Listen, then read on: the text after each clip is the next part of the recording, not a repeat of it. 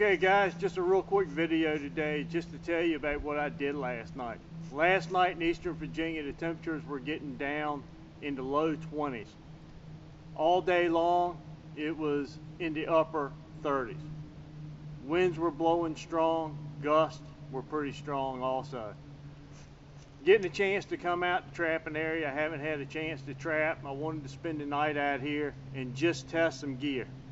I keep some emergency gear in my vehicle, and I have an everyday bag right here that I carry with me everywhere. In that bag, I keep an MRE, so I have plenty to eat. I keep a gallon of water in the vehicle. I got out here, it was late. It was about 30 minutes before sunset. Threw up a quick shelter. I tried a couple of different configurations, both the plow point and just this lean-to. I've got just a Army surplus type blanket. It's not huge. I wasn't able to wrap up in it like a little papoose like you would do a baby. I was just able to cover myself. 255-gallon drum liners. I cut me a impromptu rake there and was able to rake me up some leaves and pine needles and fill those bags with that, and was able to get up off the ground.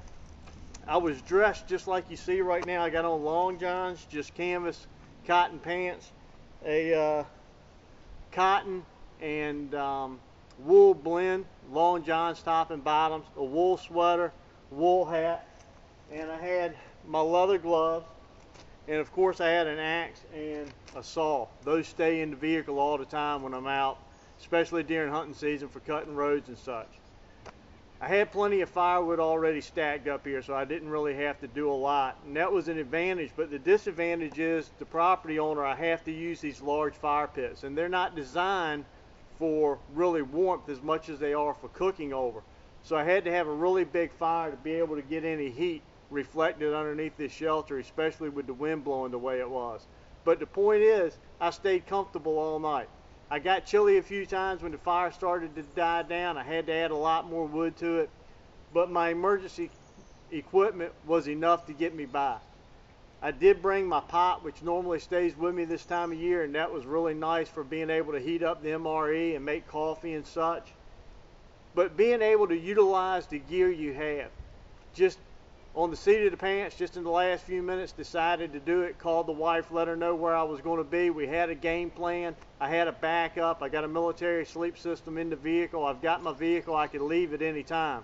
But I wanted to take the chance to actually get out in some really cold weather and test this gear. I was inspired to do this by William Collins when he tried his bug out system. Went out for a few days, tried to live off of it, see how it worked out for him. I thought that was a really great idea. Then Jamie Burley of the Pathfinder School, he's the lead instructor there, he went out the other night and tried seeing how long he could last in just a trash bag and covering up and using that as a windbreak when they had a major storm coming in. So the point of all this is, guys, we can practice stuff all the time. Go out and practice your survival and your bushcraft skills. Have an emergency system.